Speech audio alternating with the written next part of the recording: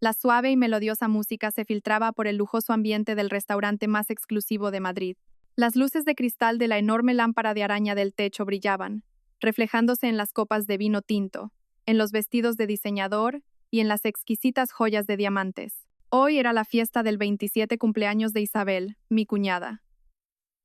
Y fiel a su carácter, la celebración tenía que ser una ostentación de su éxito y estatus. Yo estaba sentada en silencio en un rincón de una mesa redonda.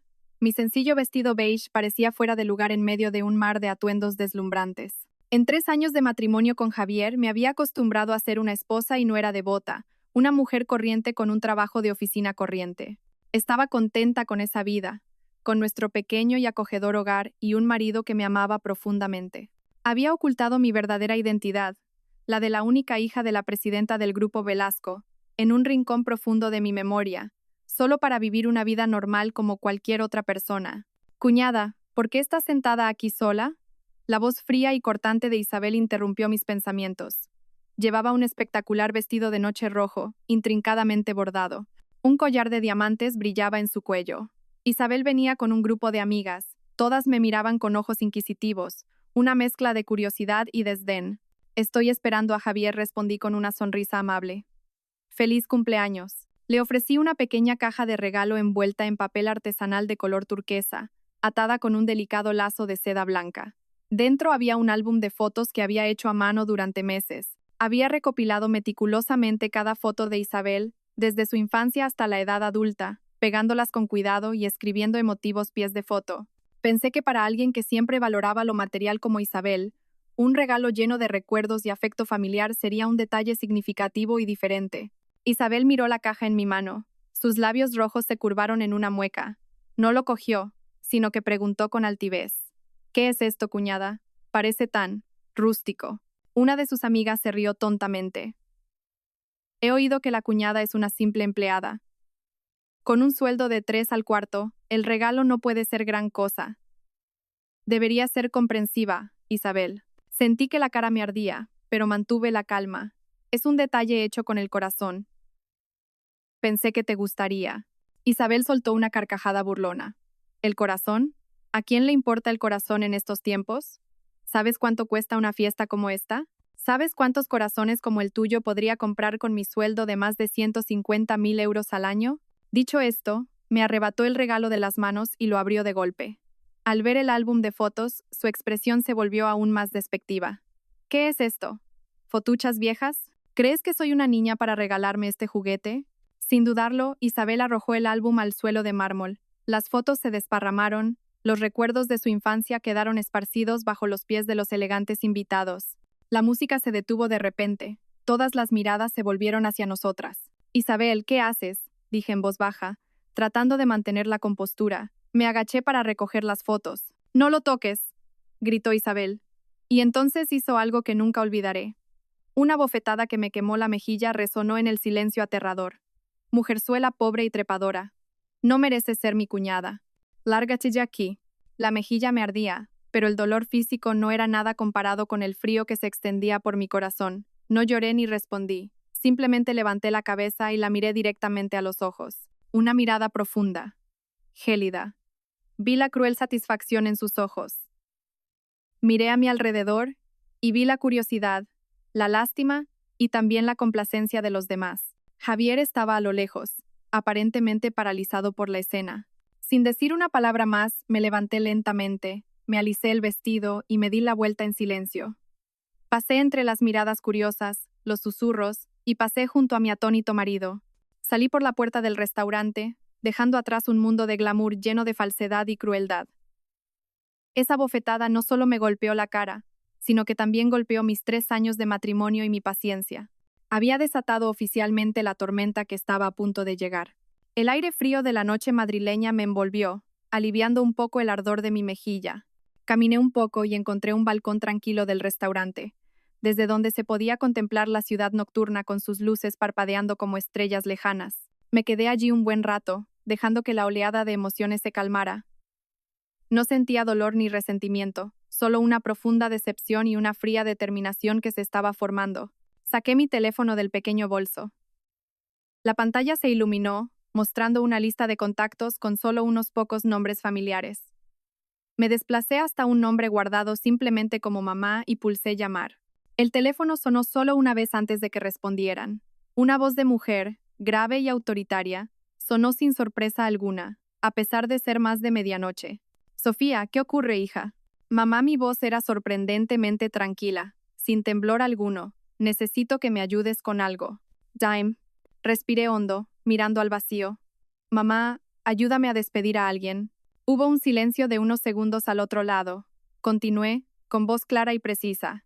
Se llama Isabel Garrido, jefa del Departamento Comercial en Inversiones Solano. Por favor, asegúrate de que no solo pierda su trabajo, sino que no pueda encontrar ningún otro empleo en este sector. De acuerdo, lo entiendo. La voz de mi madre no cambió, tan serena y firme como una orden. ¿Dónde estás? ¿Necesitas que envíe a alguien a recogerte? No hace falta, mamá. Puedo volver sola. Cuelgo ya. Terminé la llamada, sintiendo como si me hubieran quitado un peso invisible de encima. El poder, algo de lo que había intentado huir durante 3 años, a veces era la herramienta más eficaz para protegerse. Volví a entrar en la fiesta, no para confrontar a nadie, sino para buscar a Javier. La escena no había cambiado mucho, solo que la gente ya susurraba más abiertamente, y la protagonista de la fiesta, Isabel, estaba rodeada de sus amigas, con una expresión todavía triunfante. Mi álbum de fotos seguía tirado en el suelo. Nadie se había molestado en recogerlo. Justo en ese momento, sonó el teléfono de Isabel. Miró la pantalla, con una expresión de molestia por ser interrumpida, pero contestó. ¿Sí? ¿Director general? ¿Por qué me llama a estas horas? La frase de Isabel se cortó de repente. La sonrisa se congeló en sus labios, y su rostro pasó de un rojo airado a un blanco pálido, luego a un gris ceniciento. Sus ojos se abrieron de par en par, llenos de pánico e incredulidad. ¿Qué? ¿Qué dice? ¿Despedida? ¿Por qué? ¿Lista negra? No, es imposible. No puede hacerme esto. Isabel gritaba al teléfono. Su voz se volvió estridente. Todos a su alrededor guardaron silencio, mirándola atónitos. El shock fue demasiado rápido y repentino. Hacía unos minutos era una ejecutiva de éxito con un sueldo de 150.000 euros. Y ahora era una desempleada tras una sola llamada. Dejó caer el teléfono. Su mirada vagaba sin rumbo hasta que se posó en mí. En sus ojos ya no había arrogancia, solo miedo y una gran pregunta. No la miré más. Encontré a Javier de pie, escondido tras una columna. Su rostro era una mezcla compleja de conmoción, incomodidad y dolor. Me acerqué a él. Sofía, balbuceó Javier, sin saber qué decir. Vámonos a casa, cariño, dije en voz baja. Javier asintió, me tomó rápidamente de la mano y salimos juntos de esa caótica fiesta. En el camino a casa, ninguno de los dos dijo una palabra. El coche se deslizó en silencio, pero sabía que en la mente de Javier había 1000 preguntas. Al llegar a nuestra pequeña casa, Javier finalmente habló, con la voz ronca. Sofía, lo que acaba de pasar. ¿Has sido tú? Lo miré directamente a los ojos, sin ocultar nada. Sí, pero ¿cómo has podido? La mirada de Javier estaba llena de desconcierto. Inversiones Solano es un socio importante del Grupo Velasco. La única persona que puede dar una orden directa a su director general es tu madre, la presidenta del Grupo Velasco. Completé la frase por él. Javier dio un paso atrás, mirándome como a una extraña. Esta verdad parecía haberle impactado más que la bofetada que yo había recibido. 3 años de convivencia, la esposa que él creía que era una huérfana, dulce y sencilla, resultó tener un origen tan extraordinario. ¿Por qué? ¿Por qué me lo ocultaste? La voz de Javier temblaba. Porque solo quería una vida normal. Te amo a ti, a la persona que eres, no porque quisiera un marido rico. Tenía miedo de que, si lo sabías, todo cambiaría, respondí, con la voz también algo quebrada. Javier guardó silencio durante mucho tiempo, paseando por el salón, pasándose las manos por el pelo. Sabía que estaba librando una gran batalla interna. Finalmente, se detuvo frente a mí, levantó la mano y tocó suavemente la marca roja de los 5 dedos en mi mejilla. Lo siento, dijo, con la voz llena de remordimiento. No te protegí. No importa quién seas, sigues siendo mi esposa. Lo que hizo Isabel estuvo mal, y estoy de tu lado. Al oír esas palabras, todas las frías barreras defensivas dentro de mí parecieron derretirse. Mis lágrimas finalmente cayeron. Lo abracé con fuerza. Pasara lo que pasara en el futuro, con esa frase suya, supe que no me había equivocado de hombre. A la mañana siguiente, el ambiente en casa era pesado. Tanto Javier como yo nos habíamos levantado temprano, pero no nos decíamos nada. Cada uno estaba perdido en sus propios pensamientos. El shock de la noche anterior todavía era demasiado grande. Para mí, era el fin de una vida tranquila y artificial. Para Javier, era el colapso de todo lo que sabía sobre su esposa. Estábamos sentados a la mesa con el desayuno intacto cuando el timbre sonó repetidamente, con furia. Javier y yo nos miramos, ambos sabíamos quién era. Suspiró y fue a abrir la puerta. Javier, vuelve aquí ahora mismo. La voz de Carmen, mi suegra, retumbó desde la entrada. No entró de inmediato, sino que se quedó en el umbral con las manos en las caderas, señalando a su hijo. Mira el desastre que ha causado tu mujer. Ha hecho que despidan a Isabel. ¿Sabes lo duro que ha trabajado para conseguir ese puesto? Detrás de ella estaba Isabel, con un aspecto demacrado, los ojos hinchados de tanto llorar. El maquillaje corrido, en cuanto me vio sentada, se abalanzó sobre mí como un animal herido. Bruja malvada, fuiste tú la que me arruinó, gritó Isabel, intentando llegar hasta mí, pero Javier la detuvo a tiempo. Isabel, ya basta, gritó Javier, su voz firme, muy diferente a su habitual tono apacible. Mírate a ti misma. La que se equivocó fuiste tú. Humillaste a Sofía delante de todo el mundo. Es tu cuñada. ¿Te atreves a defenderla? Carmen estaba atónita por la actitud de su hijo. Precisamente porque es mi esposa, mi familia, no puedo permitir que nadie la maltrate, ni siquiera mi madre o mi hermana, dijo Javier con determinación. Carmen se quedó helada. Nunca había visto a Javier contradecirla así. Se volvió hacia mí, con una mirada como un puñal. ¿Fuiste tú? ¿Qué clase de brujería le has hecho a mi hijo? Una huérfana, sin padre ni madre, sin un céntimo, y te atreves a darle lecciones a mi hija. Me levanté con calma y me puse al lado de Javier. Miré directamente a Carmen, manteniendo la voz tranquila. Suegra, nunca quise que esto sucediera, pero no puedo permitir que nadie pisotee mi honor. ¿Honor? ¿Qué honor puede tener una muerta de hambre como tú? Se burló Isabel. Solo tuviste suerte de engañar a mi hermano. Javier no pudo soportarlo más. Gruñó.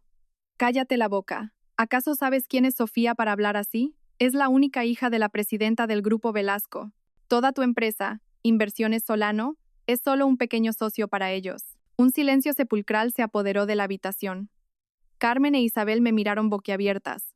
Luego a Javier, como si acabara de contar una historia de ciencia ficción. ¿Qué has dicho?, balbuceó Carmen. ¿Es la hija de la presidenta del Grupo Velasco? Así es, confirmé. Se lo he ocultado a todo el mundo porque quería una vida sencilla, pero parece que mi humildad ha sido confundida con debilidad. El rostro de Carmen cambió rápidamente, de la sorpresa y la incredulidad a la vergüenza, y finalmente a algo parecido a la codicia. Me miró de arriba abajo.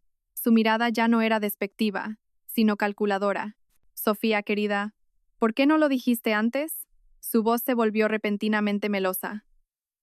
Si hubiera sabido que tenías esa familia, yo. Somos familia.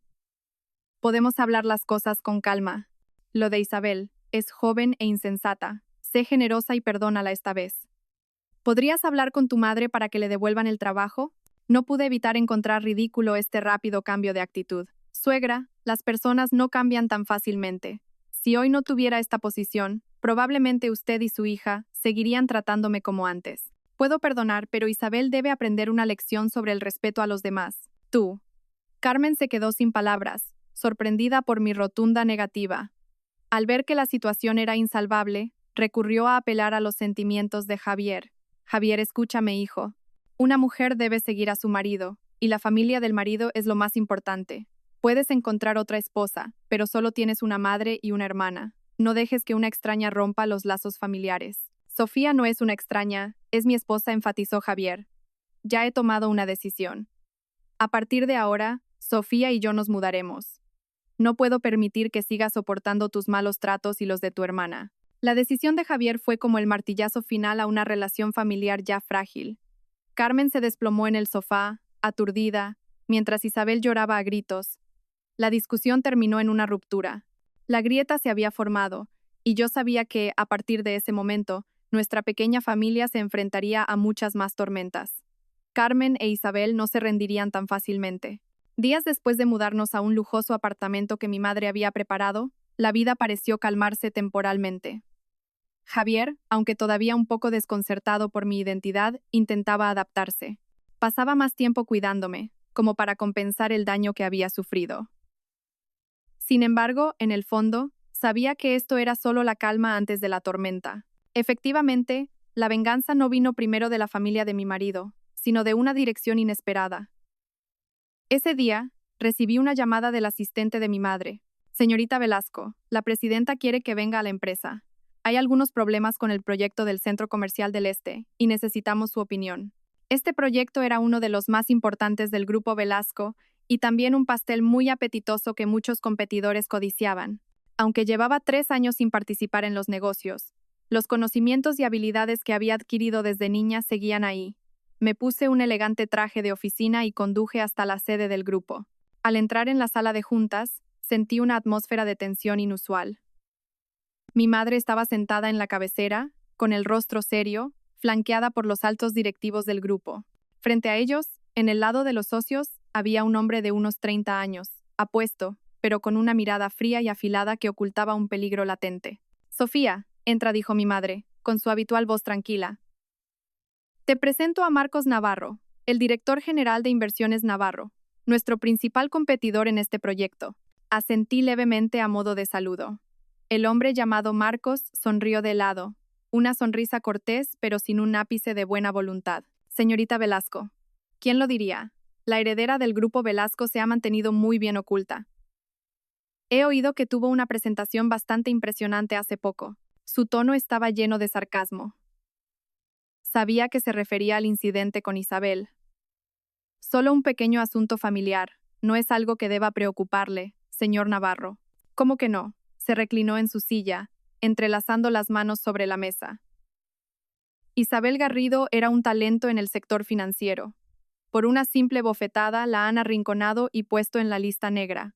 Los métodos del grupo Velasco son ciertamente decisivos. Empecé a sentir que algo no iba bien. ¿Por qué le interesaba tanto Isabel? La reunión no fue fluida. Marcos no dejaba de plantear exigencias irrazonables, dificultando deliberadamente las cosas para el grupo Velasco. No parecía realmente interesado en colaborar, sino en provocar. Después de casi 2 horas de debate infructuoso, mi madre decidió dar por terminada la reunión. Cuando casi todos se habían ido, me quedé en la sala. Mamá, algo no va bien con este tal Marcos, dije. Parece que me tiene en el punto de mira. Mi madre suspiró, con una expresión pensativa. Yo también lo he notado. Inversiones Navarro es una fuerza emergente en los últimos 2 años. Su forma de hacer negocios es muy agresiva e impredecible. Deberías tener cuidado con él. Esa noche, mientras Javier y yo cenábamos, recibí un mensaje de un número desconocido. Solo contenía una foto. En la imagen, Isabel estaba sentada frente a Marcos en un bar de lujo. Parecían muy íntimos. Isabel se inclinaba para susurrarle algo al oído, y Marcos la miraba con una expresión cargada de intenciones. Un escalofrío me recorrió la espalda. Mi intuición era correcta. El enemigo se había revelado de verdad, y se habían aliado. Marcos no solo era un rival en los negocios, sino que tenía una conexión personal con Isabel. Su interés en el proyecto del Grupo Velasco no era puramente comercial. Muy probablemente era para vengar a Isabel o, peor aún, ambos estaban tramando un plan para atacarme. Le enseñé el teléfono a Javier. Miró la foto y su rostro se ensombreció. Es Marcos. Él e Isabel tuvieron algo hace tiempo. Pensé que habían roto. ¿Tuvieron algo? Me sorprendí. Nunca me lo contaste. No quería mencionarlo. Javier se masajeó las sienes. Marcos no es trigo limpio. Engañó a Isabel en el pasado, la utilizó para obtener información interna de su antigua empresa. Una vez que consiguió lo que quería, la dejó. Le advertí que se mantuviera alejado de mi hermana. Ahora todo tenía sentido. Isabel, desesperada y resentida, había acudido a su antiguo amante, que también era un enemigo de mi familia, para vengarse. Estaba tan cegada por el odio que no se daba cuenta de que se había convertido en un simple peón en manos de otro. Una verdadera sensación de peligro comenzó a envolverme. Esta ya no era una simple disputa familiar. Se había convertido en un enfrentamiento empresarial, una guerra que involucraba conspiraciones y oscuras maquinaciones. Y yo, quisiera o no, había sido arrastrada al centro de ese torbellino. Los días siguientes, Javier y yo nos fuimos adaptando a nuestra nueva vida. Empecé a reincorporarme al trabajo en el grupo, ayudando a mi madre en proyectos importantes. El enfrentamiento con Marcos en el mundo empresarial me dejaba poco tiempo para pensar en los disgustos pasados. Me sumergí en el trabajo como una forma de protegerme. Javier, al verme tan ocupada, me quería aún más. Se encargaba de todas las tareas del hogar, desde cocinar hasta lavar la ropa, para que yo pudiera dedicarme por completo a mi trabajo. Nuestro amor parecía haberse fortalecido después de la tormenta. Sin embargo, esa paz no duró mucho. Un fin de semana por la noche, justo después de cenar, sonó el timbre. Javier fue a abrir y le oí decir con sorpresa: «¿Isabel? ¿Qué haces aquí?». Salí al salón y vi a Isabel en la puerta, con los ojos enrojecidos y el rostro demacrado. Ya no vestía ropa cara de marca, solo una sencilla blusa y pantalones, algo gastados. En cuanto me vio, bajó la cabeza, retorciéndose las manos con nerviosismo. «Cuñada, yo». Su voz era un susurro entrecortado por sollozos. He venido a disculparme». Javier y yo nos quedamos atónitos. Él me miró con interrogación. Yo permanecí en silencio, con los brazos cruzados, observando su actitud. Isabel entró en la casa, y de repente se arrodilló ante mí. «Cuñada, me equivoqué. ¿De verdad? Lo siento mucho», lloraba desconsoladamente, las lágrimas corrían por su rostro. «Fui una estúpida, estaba celosa de ti. Veía cómo Javier te quería, mientras que a mí mis padres nunca me prestaron tanta atención como a él. Luego, la presión del trabajo. Me volví imprudente. Te lo ruego, perdóname esta vez. Ahora que he perdido mi trabajo, me doy cuenta de lo que valía. Ninguna empresa me quiere contratar, no sé cómo voy a sobrevivir». Lloraba y se lamentaba, con un aspecto verdaderamente lastimero. Javier es de corazón blando, especialmente con su hermana. Se apresuró a levantarla. «Levántate, Isabel. Hablemos con calma. No hay necesidad de hacer esto. Hermano». Isabel se volvió y abrazó a Javier. «Lo siento, te he puesto en una situación muy difícil. De verdad que me equivoqué». Javier suspiró, dándole palmaditas en la espalda. Se giró para mirarme, con una expresión de súplica. «Sofía, ¿y si le damos una oportunidad? Al fin y al cabo, es de la familia». Mi corazón estaba helado. ¿Familia? Si fuéramos familia, no me habría humillado sin piedad. No se habría aliado con un enemigo para hacerme daño. Su actuación era demasiado buena. Pero yo había visto la foto con Marcos. Mi corazón no vaciló. Sin embargo, al ver la expresión incómoda de Javier, no quise ponerlo en una situación difícil. Si era demasiado dura, pensaría que era rencorosa y poco generosa. Además, quería ver qué demonios tramaban ella y ese tal Marcos. «De acuerdo», dije, manteniendo un tono distante. «Levántate. Lo pasado, pasado está. No quiero removerlo más. Solo espero que en el futuro pienses antes de actuar». Al oírme, el rostro de Isabel se iluminó. Se secó las lágrimas rápidamente y me dio las gracias una y otra vez. «Gracias, cuñada. Eres una buena persona. Prometo que no volverá a ocurrir». A partir de ese día, Isabel empezó a visitarnos de vez en cuando, a veces con fruta, otras cocinando los platos favoritos de Javier. Se mostraba muy arrepentida, siempre con palabras amables para mí. Carmen también dejó de llamarnos para molestarnos. Javier estaba muy contento. Pensaba que los conflictos familiares por fin se habían resuelto. Solo yo mantenía la guardia alta. Sabía que por mucho que el zorro se disfrazara de cordero, tarde o temprano asomaría la cola. Y ese día llegó.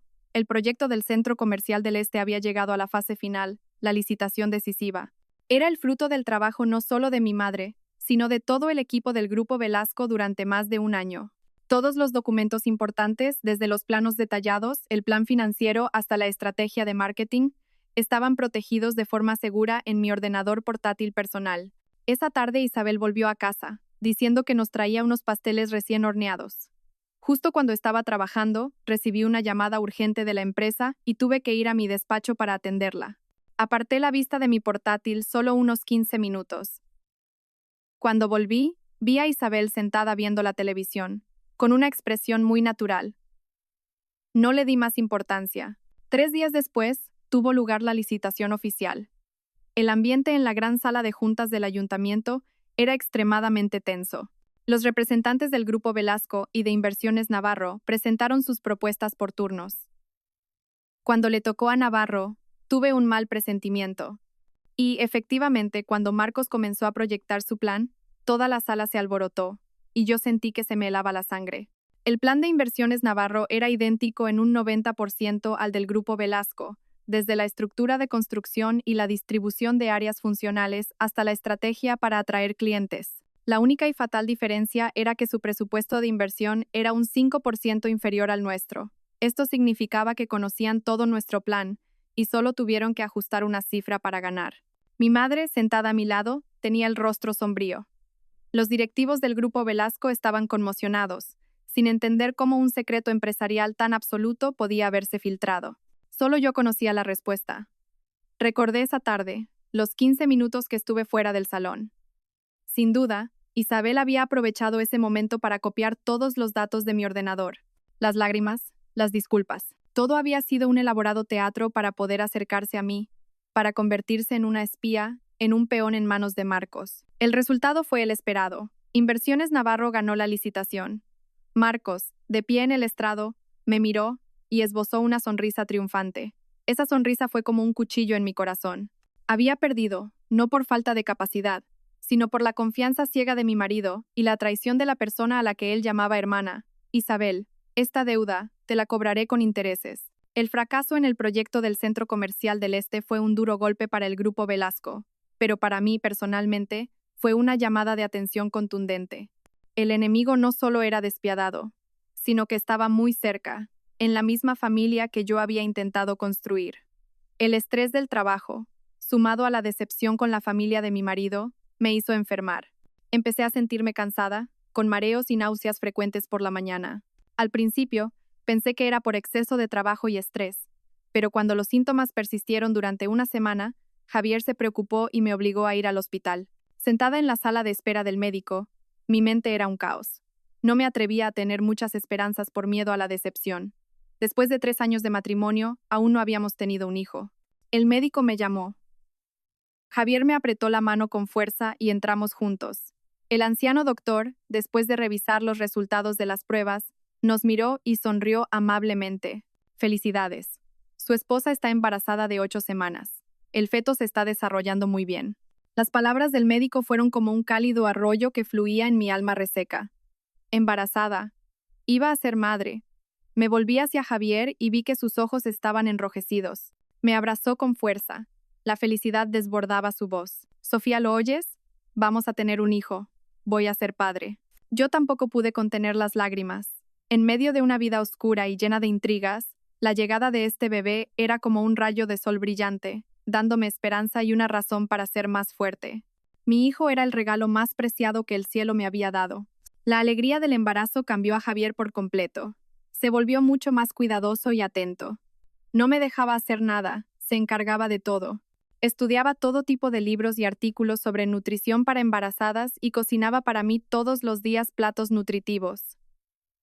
Verlo tan ocupado y feliz me calentaba el corazón. Decidimos darle la noticia a Carmen con la tenue esperanza de que la llegada de un nieto pudiera resolver parte de los conflictos familiares. Ese fin de semana, compramos algunos regalos y volvimos a la antigua casa. Carmen abrió la puerta. Al vernos, no pareció demasiado contenta, solo murmuró una y nos dejó pasar. Isabel también estaba allí. Me lanzó una mirada y volvió a clavar los ojos en su teléfono. «Mamá, tenemos algo que decirte», dijo Javier, rompiendo el incómodo silencio. Me tomó de la mano, su voz llena de orgullo. «Sofía está embarazada. Vas a ser abuela». Carmen se quedó paralizada. Me miró fijamente el vientre, su expresión era compleja e indescifrable. Isabel también levantó la cabeza, sorprendida. Tras un momento de silencio, Carmen habló, con un tono algo forzado. ¿De verdad? Qué bien, qué bien». Se acercó, incluso amagó con tocarme el vientre, pero luego retiró la mano. «Si estás embarazada tienes que cuidarte mucho. Si necesitas algo especial para comer, dímelo y te lo compro. Al fin y al cabo, es mi nieto». Aparentemente mostraba preocupación, pero mi intuición de mujer me decía que algo no iba bien. Su mirada no reflejaba la alegría de una futura abuela, sino cálculo y escrutinio. Isabel no dijo ni una palabra, simplemente se quedó sentada con una expresión fría y molesta. Los días siguientes, la actitud de Carmen cambió de repente. Me llamaba a menudo para preguntar por mi salud, e incluso me traía sopas de pollo y pescado a casa, diciendo que quería compensar sus errores pasados. Javier estaba encantado con el cambio de su madre, creía que realmente había cambiado, pero yo no. Esa repentina y exagerada atención solo me ponía más alerta. Un día, la asistenta que llevaba años trabajando en casa de Carmen me llamó en secreto. Su voz sonaba muy preocupada. Señorita Sofía, tiene que tener cuidado. Últimamente he visto a la señora y a la señorita Isabel susurrando sobre algo muy turbio. Las oí mencionarla a usted y al bebé, y decían algo de que había que solucionarlo pronto, que no podían dejar que naciera. Me temo que intentan hacerle daño. Al colgar, un escalofrío me recorrió el cuerpo. La advertencia de la asistenta confirmaba mis sospechas. No solo me odiaban, sino que eran tan crueles como para querer dañar a mi hijo nonato. Para ellos, este bebé no era de su sangre, sino una espina, una amenaza a su posición. Sería el lazo que me uniría a Javier, el heredero legítimo de la fortuna del grupo Velasco, algo que nunca querrían que sucediera. Esa noche Carmen llamó. Su voz era empalagosamente falsa. Sofía, querida, este fin de semana venid a casa a cenar, ¿vale? He preparado tus platos favoritos. Además, en nuestra familia tenemos una tradición. Cuando una nuera está embarazada por primera vez, hacemos una pequeña ceremonia a los antepasados para pedir por un parto seguro. Ven para que pueda hacerla por ti. Una ceremonia a los antepasados. Una excusa perfecta para atraerme de nuevo a esa casa, donde podrían actuar con facilidad. Una oscura y cruel conspiración se estaba tejiendo, y mi hijo era su objetivo. Apreté el teléfono, una furia inmensa crecía dentro de mí. Os habéis atrevido a cruzar mi último límite. Si queréis jugar, jugaré con vosotras hasta el final. Dudé mucho sobre si ir o no a casa de Carmen. Mi instinto me decía que me esperaba una trampa, pero si me negaba, Javier se disgustaría. Él todavía albergaba una pizca de esperanza en la reconciliación familiar, especialmente con la llegada del bebé. No paraba de decir, no pienses tanto, mamá ha cambiado. Lo hace por su nieto. Finalmente, para no decepcionar a mi marido y con cierta confianza en mi capacidad para manejar la situación, acepté. Sin embargo, preparé un plan de contingencia. A escondidas, coloqué una pequeña grabadora en el bolsillo de mi chaqueta, algo que nunca pensé que haría. Esa noche de fin de semana, volvimos a la casa familiar de Javier. Carmen nos recibió con una sonrisa de oreja a oreja, e Isabel también forzó una sonrisa de saludo. La cena transcurrió en un ambiente tenso. Carmen no paraba de ponerme comida en el plato, dándome todo tipo de consejos. Come mucho, para que el niño esté fuerte. Y ten cuidado al caminar, sobre todo con las escaleras de casa, que son un poco empinadas. Esa frase me hizo detenerme. ¿Por qué enfatizaba lo de las escaleras? Mi corazón se aceleró un poco. Después de cenar, Carmen dijo, bueno, voy a subir al altar a preparar las ofrendas. Sofía, sube a descansar un rato, y luego hacemos la ceremonia. Asentí, diciendo que quería ir a nuestra antigua habitación a tumbarme. Javier quiso acompañarme, pero Carmen lo detuvo. Javier, quédate aquí y habla un rato con mamá. Hace mucho que no charlamos. Subí las escaleras sola. La escalera de madera de la casa era alta y empinada, y estaba muy pulida. Me agarré con cuidado a la barandilla, subiendo escalón por escalón. A mitad de camino, oí unos pasos muy ligeros detrás de mí. Me giré y vi a Isabel subiendo con un vaso de leche caliente en la mano. Cuñada, mamá me ha dicho que te traiga leche para que entres en calor. Isabel sonrió, una sonrisa sin calidez alguna. Gracias, respondí en alerta máxima. Me detuve para dejarla pasar. Isabel se puso a mi altura. Justo en ese momento, tropezó de repente y su cuerpo se tambaleó hacia mí. El vaso de leche caliente se derramó sobre mí. Por reflejo, di un paso atrás para esquivarlo, pero ese movimiento me hizo perder el equilibrio en el estrecho escalón. Ah, solo pude gritar eso. Detrás de mí, en lugar de intentar sujetarme, sentí claramente un fuerte y cruel empujón de la mano de Isabel. Ese empujón fue la gota que colmó el vaso, lanzándome hacia atrás. El mundo a mi alrededor dio vueltas. Mi cuerpo rodó por los duros escalones de madera. Un dolor agudo y punzante se extendió desde mi abdomen por todo mi cuerpo. Mi cabeza golpeó con fuerza un escalón, y antes de que todo se volviera negro, la última imagen que vi fue el rostro de Isabel, sin una pizca de pánico, solo una sonrisa fría, malvada y satisfecha. No sé cuánto tiempo estuve inconsciente. Cuando abrí los ojos, el olor a desinfectante me golpeó la nariz. Todo a mi alrededor era el blanco de un hospital. Javier estaba sentado junto a la cama, con la cabeza gacha y los hombros temblando. Al verme despierta, levantó la cabeza. Su rostro estaba demacrado, sus ojos hinchados y llenos de desesperación. Sofía, has despertado, me tomó la mano. Estaba helada. Sentí un dolor sordo en el bajo vientre. Un miedo terrible se apoderó de mí. El bebé, pregunté con un hilo de voz. Javier no respondió, solo bajó la cabeza. Lágrimas calientes cayeron sobre mi mano. Su silencio fue más doloroso que cualquier respuesta. Lo entendí. Había perdido a mi hijo. El hijo que ni siquiera había llegado a sentir. El hijo que era mi única esperanza en esta vida caótica, ya no estaba. Las lágrimas brotaron sin control. Pero no eran lágrimas de debilidad, sino de una ira infinita. El dolor de perder a mi hijo se convirtió en un fuego de odio que me quemaba por dentro. La paciencia, la tolerancia, todo había muerto con mi hijo. Justo en ese momento, se abrió la puerta de la habitación. Carmen e Isabel entraron, fingiendo preocupación y pánico.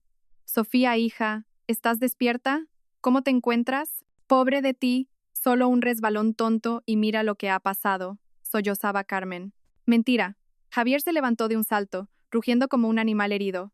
Yo mismo vi cómo Isabel la empujaba. Dejad de actuar, mamá. Carmen e Isabel se quedaron paralizadas, pálidas como la cera. No esperaban que Javier lo hubiera visto. Aparté la mano de Javier y me incorporé lentamente. Apoyándome en la cabecera, miré directamente a esas dos mujeres. Mi voz era terriblemente fría. Usted y ella. No hace falta que sigan actuando. Lo he grabado todo. Señalé la chaqueta que colgaba de una silla, con la grabadora todavía encendida. El miedo se reflejó en sus rostros. Habéis ganado, continué, cada palabra un cuchillo. Habéis matado a vuestro propio nieto, a mi hijo. Habéis cruzado mi último límite. Las miré con una frialdad inhumana. A partir de hoy, yo, Sofía Velasco, os declaro la guerra oficialmente. Recuperaré todo lo que tenéis. Haré que paguéis muy caro vuestro crimen. Esperad y veréis. Dicho esto, aparté la cara, sin querer ver sus rostros falsos ni un segundo más. La verdadera guerra acababa de empezar. Los días en el hospital fueron los más largos de mi vida. La habitación blanca, el olor a desinfectante y el dolor físico constante eran insoportables, pero nada comparado con el vacío inmenso y frío de mi alma. Mi hijo se había ido. Mi breve alegría y esperanza habían sido cruelmente arrebatadas por quienes una vez llamé familia. Javier estuvo a mi lado todo el tiempo, delgado y demacrado. No hablaba mucho, solo pelaba fruta en silencio, me daba de comer cucharada a cucharada, me cambiaba el agua. Sabía que él sufría, y se atormentaba 100 veces más que yo. El dolor de perder a su hijo, y descubrir la verdadera cara de su madre y hermana, había convertido al hombre amable y cálido que yo conocía en alguien taciturno, con una tristeza profunda en la mirada. Después de una semana me dieron el alta. Mi madre envió a alguien a recogernos y llevarnos a una villa privada en las afueras, un lugar con aire fresco y tranquilidad absoluta. Dijo que necesitaba un lugar para recuperarme, tanto física como mentalmente. El primer día en la nueva casa, cuando estábamos solos, Javier se arrodilló junto a la cama y me tomó la mano. Su voz era ronca. Sofía, lo siento, todo es culpa mía. Por ser tan débil, por confiar demasiado en ellas, os he hecho sufrir este dolor a ti y a nuestro hijo. No merezco ser ni tu marido, ni un padre. Ya no lloraba.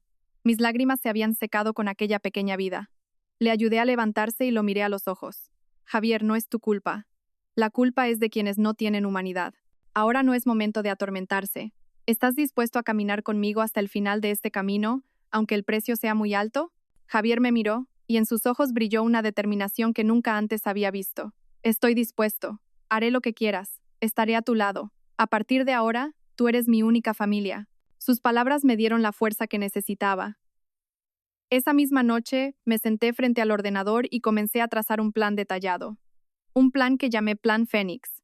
El Fénix renace de sus cenizas. Yo había muerto una vez con mi hijo, y ahora renacería como una persona diferente, más fuerte y despiadada, para reclamar justicia para él. Mi objetivo era Construcciones Garrido, la empresa familiar de mi suegra, el trabajo de toda una vida. Comparado con el Grupo Velasco, era una empresa mediana, centrada en materiales de construcción, pero era el orgullo y el sustento de Carmen, y el futuro que Isabel siempre había anhelado. No la destruiría de inmediato. La iría devorando poco a poco, debilitándola hasta finalmente absorberla. El primer paso fue utilizar el sistema de información del Grupo Velasco para investigar toda la red de socios, clientes y la situación financiera de Construcciones Garrido. Descubrí que dependían en gran medida de unos pocos grandes proveedores de materias primas y de algunos contratos de construcción muy lucrativos. Esos eran sus puntos débiles. Llamé personalmente a esos proveedores.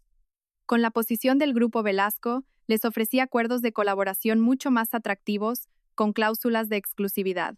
Como empresarios astutos, vieron el beneficio inmediato y aceptaron rápidamente. En una semana, Construcciones Garrido se vio repentinamente privada de sus principales suministros de materias primas, y su producción se paralizó. Al mismo tiempo, apunté a sus grandes clientes. Envié a mi gente para que se pusiera en contacto con ellos, ofreciéndoles precios más competitivos y un mejor servicio. La reputación del Grupo Velasco era la mejor garantía. Uno a uno, los grandes contratos cayeron en nuestras manos. Javier tampoco se quedó de brazos cruzados. Llamó a su madre. Una llamada breve pero firme. Mamá, soy Javier. Te llamo para comunicarte algo. A partir de hoy, renuncio oficialmente a mi derecho a heredar cualquier bien de Construcciones Garrido. No tendré nada más que ver con la empresa ni con la familia. Por favor, no nos busques. Colgó inmediatamente, sin darle a Carmen la oportunidad de responder. Su acción fue como un cuchillo que cortaba el último lazo. Había elegido estar de mi lado sin dudarlo.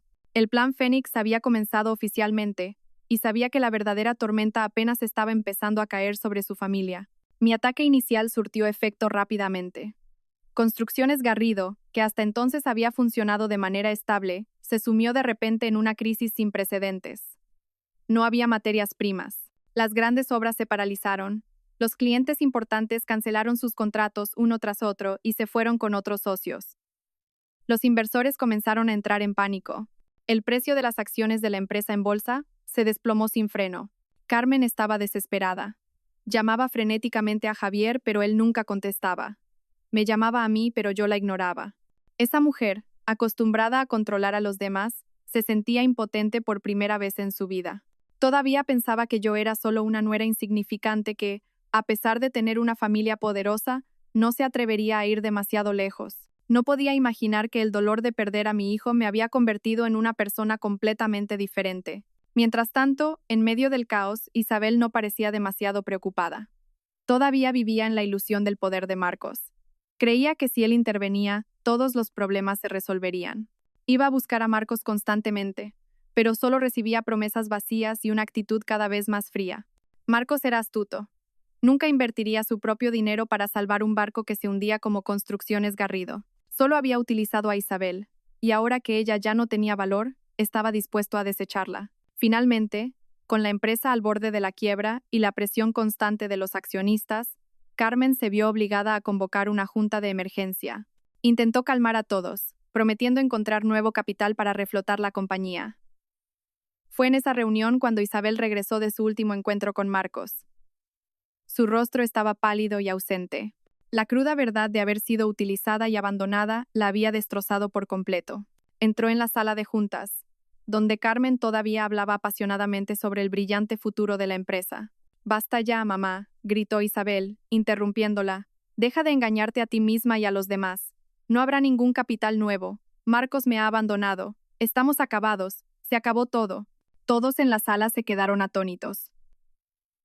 Carmen se volvió hacia su hija, con el rostro amoratado de ira. «¿Qué estupideces estás diciendo? ¿Te ha sorbido el seso ese hombre? ¿Estupideces?» Isabel rió con una risa demencial. «La estúpida eres tú, mamá. ¿Sabes quién está detrás de todo esto? Es ella. Es Sofía Velasco. Ella ha comprado a todos nuestros proveedores y nos ha robado a todos los clientes. Javier ha renunciado a su herencia. Quiere que nos quedemos sin nada. ¿Lo entiendes ahora?» Cada palabra de Isabel era como un martillazo en la cabeza de Carmen. Se tambaleó, llevándose las manos al pecho. La verdad era demasiado cruel, demasiado para soportarla. El trabajo de toda su vida, su orgullo, estaba siendo destruido por la nuera que más despreciaba. El hijo que más amaba la había abandonado por completo. Todo se derrumbó en un instante. «No, es imposible», murmuró Carmen, su respiración cada vez más agitada. «No, no se atrevería». «Claro que se atreve, mamá, porque matamos a su hijo», gritó Isabel, desesperada. Esa última frase derribó por completo a la mujer de hierro. Los ojos de Carmen se pusieron en blanco, su rostro se volvió ceniciento y se desplomó en el suelo, inconsciente. Gritos y llamadas a una ambulancia llenaron la sala. La noticia de que la presidenta de Construcciones Garrido había sufrido un derrame cerebral en plena junta directiva se extendió como la pólvora, siendo la gota que colmó el vaso. Las acciones de la empresa tocaron fondo, los inversores vendieron en masa. Un imperio que parecía sólido se derrumbó de la noche a la mañana. Recibí la noticia sentado en mi despacho, mirando la ciudad a través del gran ventanal. No sentía alegría ni satisfacción. Mi corazón estaba vacío. Este era el precio que debían pagar por su crimen. Pero por muy alto que fuera el precio, no podía devolverme a mi hijo. Mi venganza aún no había terminado. Detrás de Carmen e Isabel todavía había un cerebro mucho más peligroso, Marcos. Tras el derrame, Carmen quedó con medio cuerpo paralizado, postrada en una cama e incapaz de hablar con claridad. Construcciones Garrido, como una serpiente sin cabeza, fue rápidamente embargada por los acreedores y declarada en quiebra. Isabel, de ser una joven rica, se convirtió de la noche a la mañana en una mujer sin nada, con una deuda enorme y una madre enferma a su cargo. Era el final que se merecían. Sin embargo, sabía que el titiritero detrás de toda esta tragedia seguía en libertad. Marcos, tras la caída de Garrido, cortó todo contacto con Isabel. Era como una serpiente venenosa que, tras matar a su presa, se desliza silenciosamente sin dejar rastro. Pero no le permitiría escapar tan fácilmente. El enfrentamiento entre el Grupo Velasco e Inversiones Navarro se intensificó. Sin su peón, Isabel, Marcos ya no podía acercarse a mí tan fácilmente. Comenzó a utilizar métodos más sofisticados y peligrosos. Sabía que para derrotar al Grupo Velasco, necesitaba obtener nuestra información más confidencial, protegida por múltiples capas de seguridad tecnológica. Y la llave para abrir todas esas puertas era yo. Un día, recibí una invitación a un seminario sobre la aplicación de la biometría en la seguridad empresarial. El organizador era una empresa de tecnología bastante conocida, y la lista de ponentes incluía a muchos expertos del sector. A primera vista, parecía un evento normal, pero mi intuición me decía que algo no encajaba. Hice que el equipo de seguridad de mi madre investigara a la empresa organizadora. El resultado fue el que esperaba. Aunque estaba bien disimulada, la empresa era en realidad una filial que Inversiones Navarro había adquirido en secreto recientemente. El propósito del seminario no era otro que una trampa tendida para mí. Querían robar mis datos biométricos, ya fuera mi huella dactilar, mi iris o mi reconocimiento facial, para infiltrarse en el sistema del Grupo Velasco. En lugar de rechazar la invitación, decidí jugar su propio juego. Acepté asistir, pero bien preparada. El día del seminario, llegué al lugar con 2 guardaespaldas. Ya en el registro noté algo extraño. Pedían a todos los invitados que escanearan su huella dactilar y se tomaran una foto facial para crear una tarjeta de acceso electrónica, supuestamente para reforzar la seguridad. Era su trampa.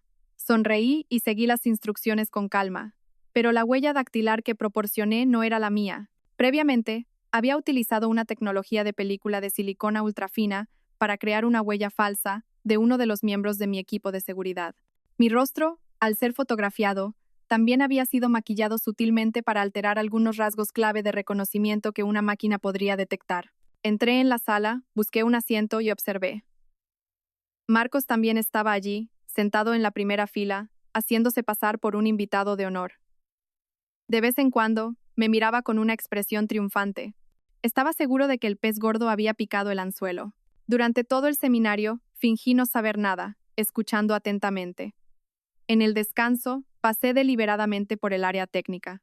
Tal y como pensaba, un grupo de técnicos estaba trabajando afanosamente en un conjunto de servidores, intentando utilizar los datos biométricos recién recopilados para atacar un sistema simulado que mi equipo de seguridad había preparado. Hice una señal a mis guardaespaldas. Al mismo tiempo, el equipo de ciberseguridad del Grupo Velasco, que había estado monitoreando todo a distancia, lanzó un contraataque. Siguieron el rastro del ataque, no solo bloqueándolo, sino que lo revirtieron, infiltrándose en el propio sistema de servidores de Inversiones Navarro. En la sala del seminario, el teléfono de Marcos empezó a sonar sin parar. Su expresión cambió de triunfante a sorprendida y luego a pánico. Se levantó apresuradamente y salió corriendo. En ese mismo instante, todas las pantallas gigantes de la sala, que mostraban el logotipo del evento, cambiaron de repente para mostrar una serie de documentos confidenciales de Inversiones Navarro, contratos ilegales, transacciones de blanqueo de dinero, planes de adquisición sucios. Toda la sala se sumió en el caos. Los periodistas presentes apuntaron inmediatamente sus cámaras hacia las pantallas. Marcos, de pie en la puerta, tenía la cara pálida como un fantasma. Me miró, sus ojos llenos de odio e incredulidad. No entendía cómo su trampa perfecta se le había vuelto en contra. Me levanté y caminé lentamente hacia él. Al pasar a su lado, me acerqué a su oído y le susurré, lo suficientemente bajo para que solo él lo oyera. Tu juego ha terminado, Marcos. Y esto es solo el aperitivo. Dicho esto, me fui tranquilamente con mis guardaespaldas, dejando a Marcos solo para que se enfrentara al desastre y al colapso que tenía ante sus ojos. Tras la humillante derrota en el seminario, el grupo navarro se tambaleó. Los documentos confidenciales revelados lo pusieron en el punto de mira de las autoridades y provocaron la desconfianza de sus socios. Marcos tuvo que emplear todos sus recursos para limpiar el desastre que él mismo había creado. Esto me dio un tiempo valioso para revisar viejos archivos y buscar respuestas a las preguntas que me habían atormentado durante tanto tiempo. ¿Por qué Carmen odiaba tanto a mi madre y a mí? Ese rencor no era simplemente la envidia de una suegra hacia una nuera de mejor familia. Era tan profundo y cruel que estaba dispuesta a cometer un crimen, a matar a su propio nieto nonato. Tenía que haber un secreto mucho más terrible detrás. Decidí empezar por la relación pasada entre Carmen y mi padre, Ricardo Velasco. Le pregunté a mi madre sobre ello. Al principio, lo evitó. La pérdida de su marido seguía siendo una gran cicatriz en su corazón. Pero al ver mi determinación y el dolor que yo estaba soportando, finalmente cedió. Me llevó al antiguo despacho de mi padre, un lugar que se había mantenido intacto durante todos estos años. De un cajón cerrado con llave de su escritorio de caoba, sacó una pequeña caja de madera. Dentro había unas cuantas fotos amarillentas y un fajo de cartas atadas con cuidado. Mi corazón se detuvo al ver la primera foto. En ella estaban mi padre, de joven, y una mujer que no era otra que Carmen. Estaban muy juntos, con una actitud muy íntima, y las cartas, la letra de mi padre era inconfundible, llena de ardientes palabras de amor dirigidas a una amante llamada Carmen. Habían tenido una aventura secreta. Pero lo que más me impactó estaba en el fondo de la caja. Eran 2 certificados de nacimiento de la maternidad de la ciudad. Del mismo día, hacía 27 años. Uno a nombre de Sofía Velasco, hija de Ricardo Velasco y mi madre. El otro a nombre de Javier Garrido, hijo de Carmen y su marido legal. 2 niños nacidos en el mismo hospital. Casi al mismo tiempo, junto a ellos, una nota apresurada de un médico sobre un repentino apagón esa noche, que causó algo de caos en la sala de recién nacidos. Una teoría descabellada pero terriblemente lógica surgió en mi mente. El apagón. Los 2 bebés. La aventura. ¿Era posible? Necesitaba confirmarlo. Tomé un cabello de Javier que había quedado en su peine y le pedí a mi madre una muestra de ADN de mi padre, almacenada en un banco genético para fines médicos familiares. Envié ambas muestras al centro de pruebas más reputado, solicitando un análisis de paternidad en secreto absoluto. 3 días después, recibí los resultados. Sentada en el coche, abrí el sobre temblando. La conclusión, impresa en negrita, fue como una sentencia de muerte para mi vida. La muestra A, Javier Garrido, y la muestra B, Ricardo Velasco, tienen una relación de paternidad. La probabilidad de certeza es del 99%. El papel se me cayó de las manos. Todo a mi alrededor se hizo añicos. Javier, el marido que amaba con todo mi ser, el único hombre en quien confiaba, era en realidad el hijo de mi padre. Era mi medio hermano. Nuestro amor, nuestro matrimonio, todo era un error, un tabú moral. El dolor por la pérdida de mi hijo aún no se había calmado y ahora se sumaba esta cruel agonía. Me quedé inmóvil en el coche durante horas, las lágrimas caían sin cesar. Dios mío, ¿por qué el destino se burla de mí de esta manera? Esta verdad era más devastadora que cualquier venganza. No me mataba físicamente, sino que mataba mi alma, destruyendo la única fe y el único amor que me quedaban. ¿Cómo iba a enfrentarme a Javier? ¿Cómo iba a decirle que éramos hermanos? El dolor por la verdad sobre Javier y yo era como una roca pesada sobre mi pecho, impidiéndome respirar. Cada vez que lo miraba, cada vez que veía la ternura en sus ojos, mi corazón se retorcía. Nuestro amor ahora estaba manchado de culpa. Evitaba sus gestos de afecto, excusándome con el cansancio. Javier no sospechaba nada, solo se preocupaba más por mí. Su amabilidad me hacía sentir aún más culpable. En medio de mi confusión, no podía dejar de pensar. El odio de Carmen no se limitaba a los celos. Había intercambiado a los bebés, un acto cruel para introducir al hijo biológico de su amante en su propia casa, quizás con la intención de darle a su hijo un estatus diferente. Pero, ¿por qué después conspiró para matar a mi hijo nonato? ¿Y la muerte de mis padres? ¿Fue realmente un accidente? Una vez que la duda se instaló, no pude detenerme. Decidí volver a investigar el accidente de coche que se llevó a mis padres años atrás. Según el informe policial, fue un accidente causado por un fallo en los frenos en una carretera de montaña. Una conclusión demasiado simple y rápida. Utilizando el poder del Grupo Velasco, solicité en secreto que se reabriera la investigación. Contraté al mejor equipo de detectives privados, especialistas en casos complejos. Lo primero que hicieron fue localizar el coche del accidente. Pensé que lo habrían vendido como chatarra, pero afortunadamente todavía estaba en un depósito de pruebas. Tras el examen de los mejores expertos en mecánica, se reveló una verdad espantosa. El sistema de frenos no había fallado por causas naturales. El latiguillo del líquido de frenos había sido cortado deliberadamente. Un corte muy sutil que la investigación superficial de entonces había pasado por alto. Mis padres habían sido asesinados. Mi corazón se encogió. ¿Quién podría haber actuado con tanta crueldad? Los detectives y yo comenzamos a seguir las pistas más pequeñas. El primer sospechoso fue el mecánico que había revisado el coche por última vez. Según los archivos, había desaparecido sin dejar rastro justo después del accidente. Tras semanas de búsqueda, el equipo finalmente lo encontró viviendo bajo un nombre falso en un remoto pueblo de pescadores. Frente a pruebas irrefutables, el anciano mecánico confesó temblando. Ese año, había recibido una gran suma de dinero para sabotear el coche. Quienes le pagaron fueron dos personas, una mujer y un joven. Por su descripción, reconocí inmediatamente a la mujer como Carmen. Pero, ¿quién era el joven? ¿Por qué colaboraba con ella? Mientras la investigación sobre el cómplice estaba estancada, un detective trajo una información crucial. Habían recuperado un fragmento de vídeo de una cámara de seguridad de una villa cercana al lugar del accidente. La grabación era muy borrosa, pero gracias a la tecnología de restauración de imágenes más avanzada, los rostros de los dos sospechosos se hicieron visibles poco a poco. Cuando vi la cara del joven en el video, un escalofrío me recorrió el cuerpo. Aunque era mucho más joven, reconocí esos rasgos al instante. Era Marcos. Todas las piezas encajaron. Carmen, por celos y quizás para vengarse de mi padre por no darle un lugar oficial, se había aliado con Marcos. Y Marcos. Su familia había sido derrotada por mi padre en los negocios, lo que los llevó a la quiebra. Él guardaba rencor y buscaba venganza. Dos personas, con dos motivos diferentes, se unieron para cometer un crimen atroz. Habían matado a mis padres. Esta verdad era aún más horrible que el secreto de mi relación con Javier. La familia en la que había entrado no solo albergaba a la mujer que había intercambiado a su hijo, sino también a los asesinos de mis padres. Odio, dolor, ira. Todas las emociones explotaron dentro de mí.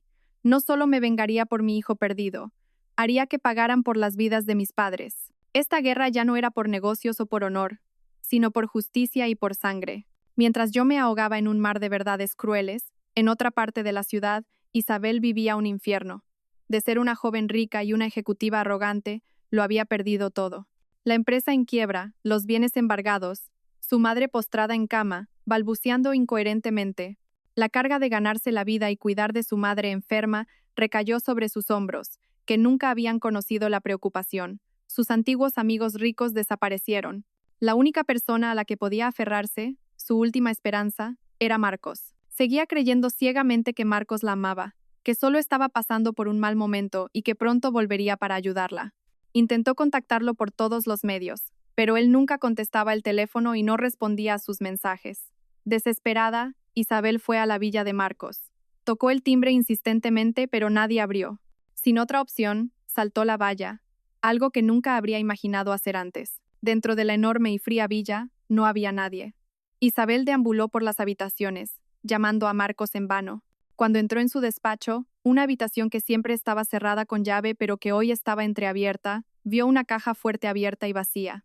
En el suelo había algunos papeles viejos que Marcos probablemente había dejado atrás con las prisas. Curiosa, Isabel los recogió. Eran algunos documentos de identidad antiguos, un certificado de nacimiento y una foto amarillenta. Isabel entrecerró los ojos al mirar el certificado. El nombre era Marcos Navarro, pero el nombre del padre la dejó atónita, el mismo que el de su padre, y el de la madre un nombre completamente desconocido. La foto mostraba a un hombre de mediana edad, su padre, sosteniendo a un niño pequeño. En el reverso, una nota escrita a mano. Marcos, mi primogénito. La cabeza de Isabel daba vueltas. El hombre que amaba, en quien había confiado, era su medio hermano. Su relación, que ella creía que era amor, resultó ser un pecado de incesto. Un recuerdo le vino a la mente. De niña, había oído a su madre, Carmen, borracha, llorar y maldecir a su marido por ser un infiel y tener un hijo fuera del matrimonio. Era demasiado pequeña para entenderlo entonces. Ahora todo estaba claro. Marcos se había acercado a ella desde el principio no por amor. Sabía perfectamente que era su hermana. La había utilizado, aprovechando su amor ciego para convertirla en una herramienta de venganza. ¿Venganza contra quién? Contra mi familia. Y quizás también contra Carmen, la madrastra que había usurpado el lugar de su madre biológica. Y ella, Isabel Garrido, era solo un peón lamentable, manipulado física y emocionalmente por su propio hermano.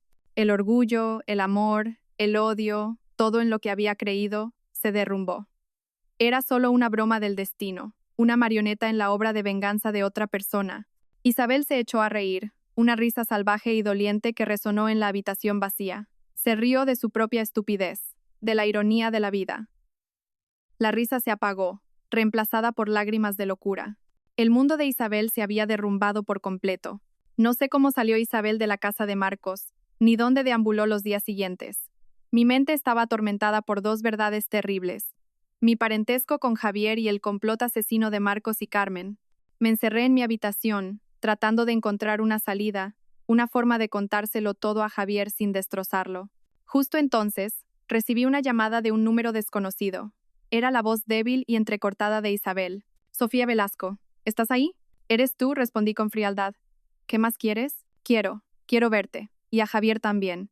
Su voz sonaba extraña, sin rastro de arrogancia, solo un cansancio infinito. En la cafetería X, en el callejón de siempre. Tengo algo que deciros. Algo sobre Marcos. Y otro secreto. Y colgó. Dudé, pero las palabras otro secreto despertaron mi curiosidad. Se lo conté a Javier, quien también se sorprendió. Finalmente, decidimos ir, pero con mucha cautela. La cafetería estaba en un callejón pequeño y tranquilo. Entramos y vimos a Isabel sentada sola en un rincón, con el rostro demacrado y la mirada perdida. Frente a ella, un vaso vacío. Al vernos, no dijo nada. Solo miró a Javier. Una mirada compleja, mezcla de afecto y resentimiento. ¿Para qué nos has llamado?, preguntó Javier. Isabel no respondió de inmediato. Sacó de su bolso una llave vieja y un pequeño trozo de papel y los deslizó hacia nosotros. Tomás dijo con voz ronca: es la llave de una taquilla en la estación de tren. La número 27. La contraseña es tu fecha de cumpleaños, Javier. Todo está ahí dentro. Marcos no lo sabe. Es lo único que puedo hacer. Nos miramos, sin entender. ¿Puedes ser más clara, Isabel?, dije. Isabel sonrió de repente. Una sonrisa desoladora. Marcos es mi hermano. Medio hermano. Divertido, ¿verdad? Nos miró con los ojos de una loca. Me acosté con mi propio hermano. Le ayudé a arruinar a mi propia familia. ¡Qué ridículo! Javier y yo nos quedamos atónitos. Lo he perdido todo, continuó, mientras las lágrimas comenzaban a surcar sus mejillas hundidas. A mi madre, el dinero, el honor e incluso el amor que creía real. Todo era mentira. ¿Para qué seguir viviendo? Dicho esto, se levantó de un salto y, en un instante, sacó un pequeño y afilado cuchillo de su bolsillo. Tengo que encontrarlo. Tengo que pedirle explicaciones. Él y yo debemos terminar esto juntos. Salió corriendo del café como una loca. La seguimos apresuradamente. Corría muy rápido, hacia un edificio de oficinas cercano, la sede temporal de Inversiones Navarro. Cuando la alcanzamos, la escena nos horrorizó. La puerta del despacho de Marcos estaba abierta. Él yacía en un charco de sangre, con múltiples puñaladas. Isabel estaba de pie a su lado, con el cuchillo ensangrentado en la mano. Su ropa también estaba manchada de sangre. Al vernos, no mostró miedo. Nos miró y volvió a sonreír con esa risa demencial. Se acabó. Todo ha terminado. Y antes de que pudiéramos reaccionar, levantó el cuchillo y, sin dudarlo, se hizo un corte profundo en el cuello. La sangre brotó y su cuerpo se desplomó junto a Marcos. Javier gritó, corriendo para sujetarla, pero ya era demasiado tarde. En su último aliento, lo miró y susurró algo ininteligible. Residencia, Daniel. Luego, sus ojos se cerraron para siempre. El trágico final de una vida de arrogancia, odio y error. La policía y la ambulancia llegaron rápidamente. Marcos fue trasladado de urgencia, en estado crítico. Isabel estaba muerta. Su mano todavía sostenía su teléfono. En la pantalla, un mensaje de texto para Javier, con una dirección confusa y dos palabras. Residencia Daniel. La última pista que dejó abría la puerta a un secreto aún más terrible. La muerte de Isabel y el estado crítico de Marcos causaron una gran conmoción. Javier y yo, como testigos, pasamos horas declarando ante la policía.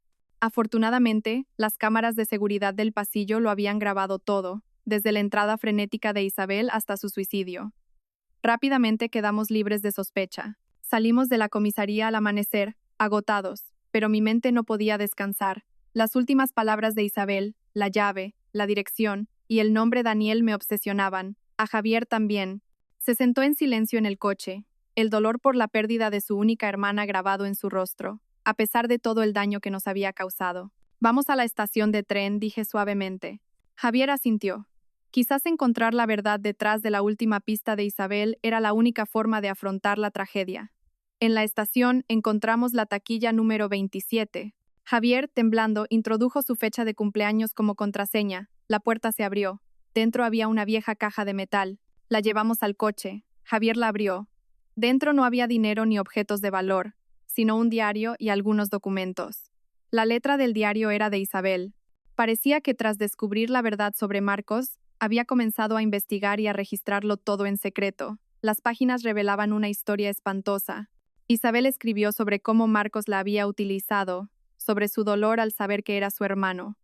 Pero lo más importante estaba en las últimas páginas. Isabel escribió que una vez, estando Marcos borracho, se le escapó un secreto increíble. Dijo que Javier no era el único hijo de mi padre y Carmen. Ella había tenido gemelos. ¿Gemelos?, murmuró Javier. Seguí leyendo. Según Marcos, Carmen entró en pánico al saber que esperaba gemelos. Su plan de intercambio de bebés solo contemplaba un niño. El otro era un problema. Así que, después de dar a luz, solo intercambió a uno, Javier. Al otro bebé lo abandonó cruelmente en otro hospital, pero Marcos, de alguna manera, lo había encontrado. Lo había criado en secreto, o más bien, lo había mantenido cautivo durante 27 años, convirtiéndolo en su as en la manga, un fantasma para chantajear y controlar a todos los implicados. El nombre de esa persona era Daniel, y la dirección en el mensaje de Isabel era la de la residencia Los Pinos, el lugar donde Daniel estaba recluido. Estaba camuflado como una residencia de ancianos de lujo, pero en realidad era una prisión privada fuertemente vigilada. Javier y yo nos miramos, conmocionados. Javier tenía un hermano gemelo, un hermano que había vivido en la oscuridad durante casi 30 años por las egoístas conspiraciones de la generación anterior. Tenemos que salvarlo, dijo Javier, con una determinación inquebrantable. Su dolor personal parecía haber sido reemplazado por un objetivo más urgente. Sí, respondí. Lo salvaremos, y haremos que Marcos pague por todo. Inmediatamente, movilicé al equipo de seguridad del Grupo Velasco. No podíamos avisar a la policía de inmediato sin pruebas sólidas. Una acción precipitada podría poner en peligro la vida de Daniel. Necesitábamos un plan de infiltración perfecto. La residencia Los Pinos, un nombre tan pacífico, estaba a punto de convertirse en nuestro campo de batalla. La residencia Los Pinos estaba aislada en una colina, rodeada de altos muros y alambre de espino. Parecía más una fortaleza que un lugar de descanso. Mi equipo confirmó que la seguridad era extremadamente estricta, con cámaras por todas partes y guardias patrullando constantemente. Eran los secuaces de Marcos, dispuestos a todo por dinero. Un asalto directo era imposible. Decidimos hacernos pasar por un matrimonio rico que quería internar a su anciano padre. Javier, yo y un guardaespaldas mayor que interpretaba al padre senil llegamos en un coche de lujo. Un gerente nos recibió, amable pero con ojos inquisitivos. Accedió a enseñarnos las instalaciones. Dentro todo parecía normal. Ancianos leyendo, jugando al ajedrez, pero el ambiente era opresivo. Sus miradas estaban vacías. Según el mapa que Isabel había dibujado, Daniel estaba en un ala separada, etiquetada como área de tratamiento especial. El gerente dijo que era para pacientes que necesitaban tranquilidad absoluta y que nadie podía entrar. Ese era nuestro objetivo. Mientras el gerente nos enseñaba el jardín, fingí un dolor de cabeza y pedí ir al baño. Javier me acompañó. Aprovechando un descuido, nos separamos y nos dirigimos al ala trasera. La puerta electrónica había sido desactivada a distancia por mi equipo. Dentro, el pasillo era oscuro y frío. Encontramos la última habitación. A través de una pequeña ventana de cristal blindado, vi a un hombre acurrucado en una cama de hierro. Estaba demacrado, con el pelo largo cubriéndole la cara. Cuando levantó la cabeza, mi corazón se detuvo. Ese rostro, aunque consumido, era idéntico al de Javier. Javier estaba a mi lado, paralizado. Golpeó suavemente el cristal. Daniel, susurró. El hombre dentro se sobresaltó. Nos miró. sus ojos llenos de miedo y confusión. Justo entonces sonó la alarma. Nos habían descubierto. Mi guardaespaldas, que esperaba fuera, forzó la cerradura. Rápido, grité. Javier entró corriendo y ayudó al hombre aturdido. Soy Javier, tu hermano. Hemos venido a salvarte. Daniel parecía no entender. Se tambaleó tras nosotros mientras oíamos pasos y ladridos acercándose. Corrimos hacia la salida de emergencia planificada, donde un coche nos esperaba. La huida fue por los pelos. Una vez a salvo, en la villa, Daniel se fue calmando. Después de ducharse, cambiarse y comer, comenzó a hablar. Su voz era débil, pero lo que contó reveló todo el oscuro plan de Marcos. Marcos lo había encontrado en un orfanato donde Carmen lo abandonó. Lo encerró, usándolo como un secreto viviente, una herramienta para derribarlos a todos algún día. Daniel había vivido en soledad y miedo, conociendo todos los secretos de Marcos por las veces que éste se emborrachaba y hablaba solo. Él era el testigo clave. La paz duró poco. A la mañana siguiente, una noticia nos alarmó. Marcos había superado la crisis. Estaba débil y bajo vigilancia policial en el hospital, pero estaba consciente. El monstruo no había muerto. No tenemos mucho tiempo, dijo Daniel. Su voz era débil, pero su mirada, afilada. Marcos tiene un plan de contingencia final, algo que llama el testamento del diablo. Es un sistema automático vinculado a sus constantes vitales. Si muere, o es detenido por un tiempo determinado, el sistema se activa. Enviará pruebas falsas incriminándonos a vosotros de todos sus crímenes y borrará permanentemente todas las pruebas reales de un servidor remoto. Quiere arrastrarnos con él, gruñó Javier. ¿Dónde está ese servidor?, le pregunté a Daniel. En el sótano de la sede de Inversiones Navarro, ahora precintada, respondió. Es una sala secreta. Él cree que nadie puede entrar. Estábamos en una carrera contrarreloj. Teníamos que infiltrarnos en un edificio precintado, superar la seguridad de Marcos y recuperar las pruebas antes de que fueran destruidas. El plan era audaz. Daniel dirigiría desde la distancia. Yo me encargaría de la seguridad exterior y de distraer a la policía. Y Javier, te harás pasar por mí, le dijo Daniel a Javier. Nuestro parecido es la única llave. El hombre de confianza de Marcos, el único con acceso a esa sala, se llama Cándido. Él no sabe de tu existencia. Si apareces como yo, Cándido no sospechará. Tienes que engañarlo para que abra la puerta. Era un plan increíblemente arriesgado. Esa noche comenzó la operación. Mi equipo provocó un pequeño apagón cerca del edificio, creando confusión y desactivando temporalmente algunas cámaras de la policía. Javier, disfrazado de Daniel, se coló dentro. Yo y Daniel observábamos desde un centro de control improvisado. Javier bajó al sótano. Cándido estaba de guardia. Al ver a Javier, se sorprendió. Señorito Daniel, ¿qué hace aquí? El jefe me ha enviado a por una cosa, dijo Javier, imitando la voz débil de Daniel. Es urgente. Abre la puerta. Cándido dudó. Era el momento decisivo. Rápido, gruñó Javier. ¿Vas a desobedecer al jefe? Funcionó. Cándido abrió la puerta. En ese instante mis hombres, que estaban escondidos, lo redujeron. Javier entró en la sala de servidores. Siguiendo las instrucciones de Daniel, copió todos los datos y desactivó el sistema de autodestrucción. El temporizador en la pantalla de Daniel se detuvo a menos de 5 minutos de la activación. Habíamos triunfado. Con todas las pruebas en nuestro poder, desde el testimonio de Daniel hasta los datos irrefutables del servidor, lo entregamos todo a la policía. Se formó un caso masivo. El imperio criminal de Marcos se derrumbó de la noche a la mañana. Fue arrestado en su cama de hospital. Carmen, como cómplice en el asesinato de mis padres, también fue procesada. La justicia, aunque tardía, había llegado. De vuelta en la villa, el ambiente entre Javier y yo se volvió pesado. La verdad de que éramos medio hermanos era un muro invisible entre nosotros. Vivíamos en la misma casa como extraños. Una noche, Daniel se acercó a nosotros. «Seguís atormentándoos, ¿verdad?». Nos miró con compasión.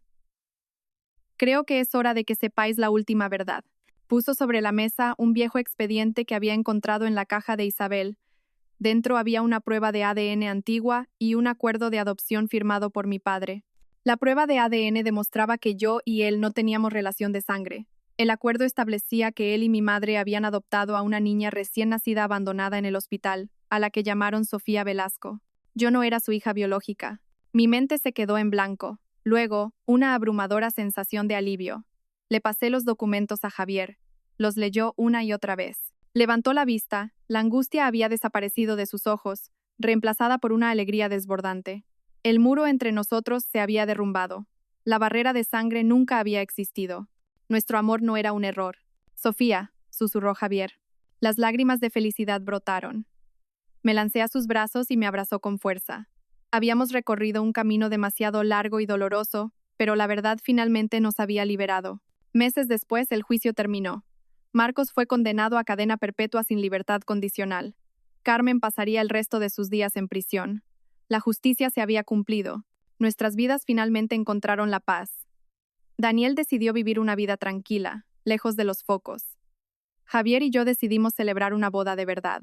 No en un lugar lujoso, sino en un pequeño jardín en las afueras, rodeados de nuestros seres más queridos, mi madre, Daniel y unos pocos amigos leales. Mi madre, llorando, me entregó a Javier, diciendo que por fin podía descansar en paz al verme feliz. Daniel, como hermano mayor, sonreía a nuestro lado. Con un sencillo vestido blanco, me paré frente a Javier bajo un arco de flores. Prometo pasar el resto de mi vida amándote, protegiéndote y haciéndote feliz, pase lo que pase, dijo Javier. Yo también respondí, con lágrimas de felicidad. Te amo, mi marido, mi compañero, mi único amor. Nos besamos. Se acabaron los fantasmas del pasado. Los aplausos resonaron. Todas las deudas estaban saldadas. A partir de ese momento, comenzaríamos un nuevo capítulo. Un año después, nuestra vida era dulce y tranquila. Estaba embarazada de nuevo. Esta vez, sin miedo, solo con alegría y expectación. Javier me cuidaba con esmero. Daniel, que había abierto una pequeña librería junto al mar, nos visitaba a menudo. Una tarde, mientras ordenaba viejos recuerdos de mi padre adoptivo, encontré un compartimento secreto en un viejo baúl. Dentro había un pequeño cuaderno y una foto muy antigua. En la foto mi padre, muy joven y con uniforme militar, estaba junto a otro soldado. Delante de ellos, 3 niños pequeños, 2 niños y una niña jugaban sonriendo. En el cuaderno, mi padre escribió sobre la guerra y sobre la promesa que le hizo a su compañero caído, cuidar de sus 3 hijos huérfanos. Pero, por alguna tragedia, los niños se perdieron. Mi padre los buscó durante años, sin éxito. Ese arrepentimiento lo persiguió toda su vida. Miré la foto y luego mi vientre, donde una nueva vida crecía. Una vieja historia había terminado, pero una nueva parecía estar a punto de comenzar. El secreto de mi origen, de los 3 niños de la foto. Quizás algún día encontraría las respuestas, pero por ahora, lo más importante era mi pequeña familia. Sonreí y cerré el cuaderno. El futuro estaba por delante, y estaba lista para escribir los capítulos más felices junto a Javier y nuestro hijo.